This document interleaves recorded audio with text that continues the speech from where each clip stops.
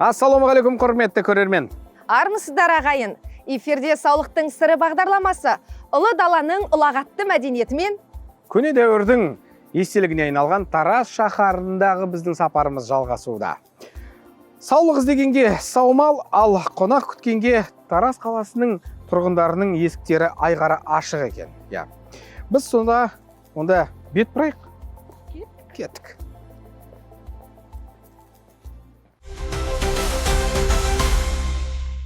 Тараз қаласындағы сапарымыз әлі жалғасуда, керемет, маған ұнап жатыр. Қонақтамын Ақылбек атамыз бен Алтын апамыздың үйінде. Амансыздар ма? Амансың ба балам? Денсаулықтарыңыз жақсы ма? Шүкір Аллаға. Шүкір Алла. Шақырған екенсіздер. Ал айтыңыздар, не үшін шақырдыңыздар?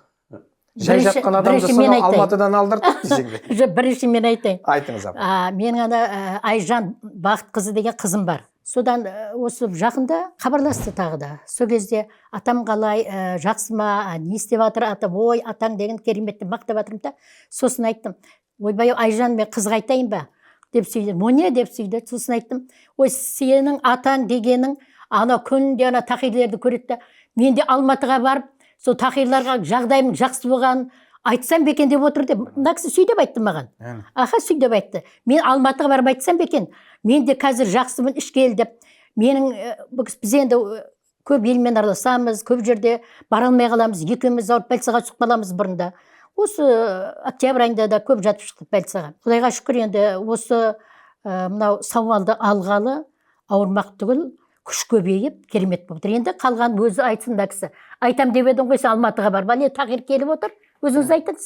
Ал енді тыңдайын, келдім өзім. Не айтады? Ол ішкенімізді айтамыз да басқа. Ол оразадан бұрын бастадық қой бұл нені? Самалды. Самалды. 2 капсуладан деп, соңғы оразада 3 капсула ішті, оған сәйкес келмеден оразада. Азанда сәресте ішесің ғой. 2 капсуладан сол ораза түгел ұстадым. Бас алмай қалып аяқты. Содан кейін ол ары қарай 20 күн өткеннен кейін сол ары қарай жақсыра бастады. Шүкір Аллаға қазір жүрміз ғой, қораға барып, малға қараймыз, огородқа қараймыз шамалы. Тауға шығады. Арасында тауға шығып келеміз. Самалды ішкелі тауға жүгіретін болдыңыз ба? Барып келем ғой арасында, адында-сында. Енді айтыңызшы ата, ішуге жалпы не себеп болды? Ішкенде бізде ауру көп қой. Одан кейін буындарыңызды айтып қалдыңыз жаңа. Буын жақсы болып қалды содан.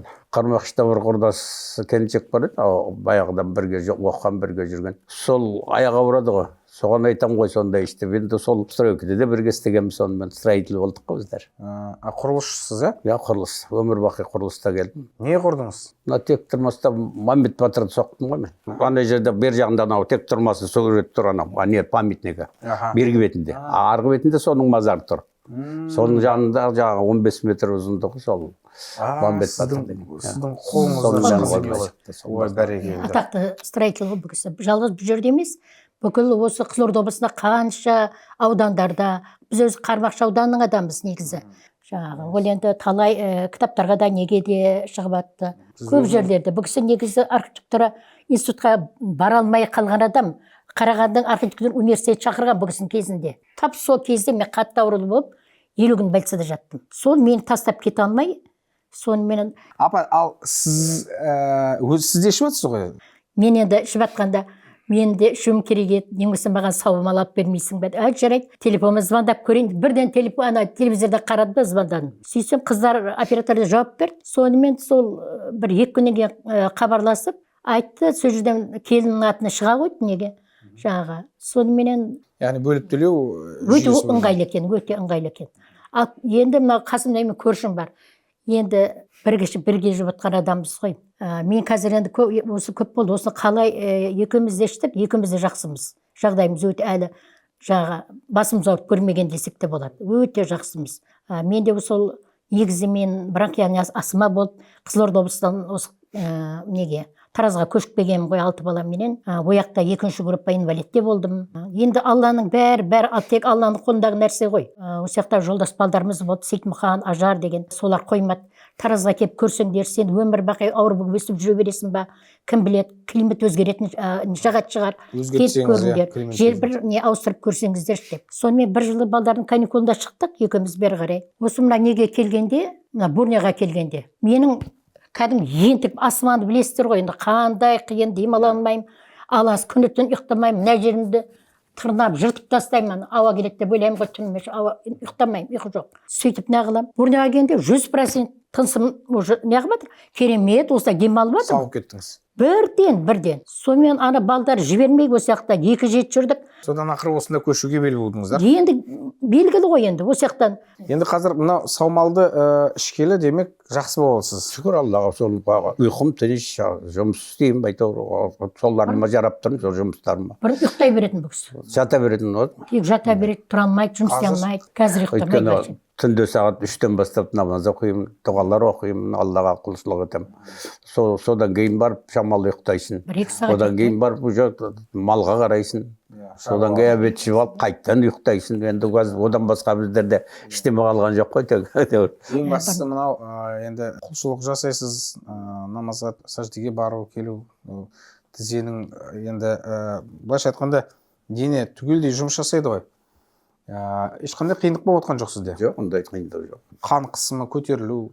Ой, Ол керемет жақсы, болып жатырмыз. ол жақсы. Қазір қайта төмен түсіп кетіп тұр давление.